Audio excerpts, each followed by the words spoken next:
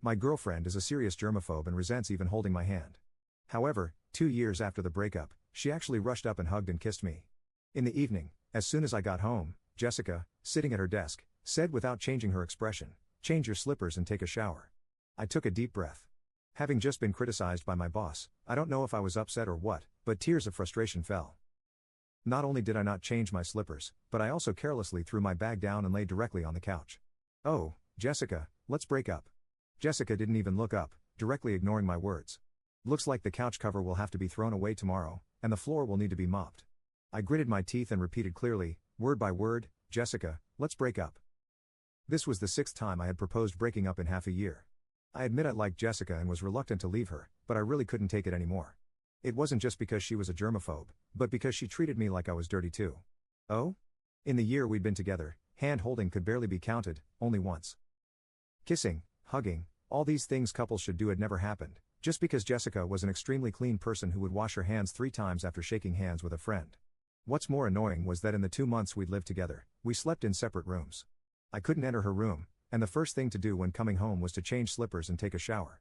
Even going to the toilet required thoroughly cleaning it with toilet cleaner first, and repeating the process afterward. Oh, once I was lazy and only rinsed with water.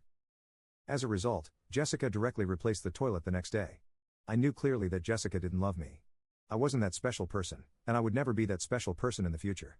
Jessica finally looked up at me, her almond eyes glancing at me slightly.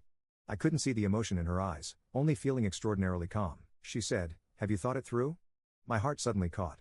The last time I broke up, Jessica asked the same question. Oh. At that time, I ended up softening without any backbone. How could you let go of someone you like so easily? But this time I didn't plan to compromise. If she didn't love me, why did she accept my confession in the first place? If she didn't want to touch me at all, why did she agree to live together? I didn't want to continue living like this for another second.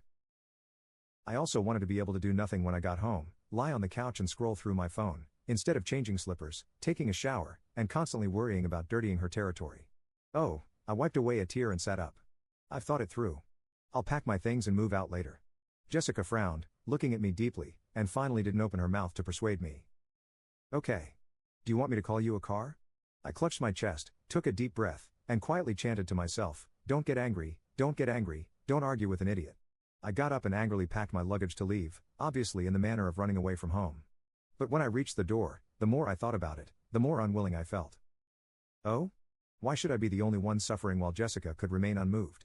No. I had to make her suffer too. I couldn't bear this pain alone. So I dropped my luggage and walked aggressively towards Jessica at her desk. Jessica rarely showed a hint of confusion. "Liam, what are you trying to do?" But I wouldn't explain. I directly forced myself on her, grabbing Jessica's collar and then kissed her. Then I vindictively bit her lip. And not only that, I ran my hands all over her chest.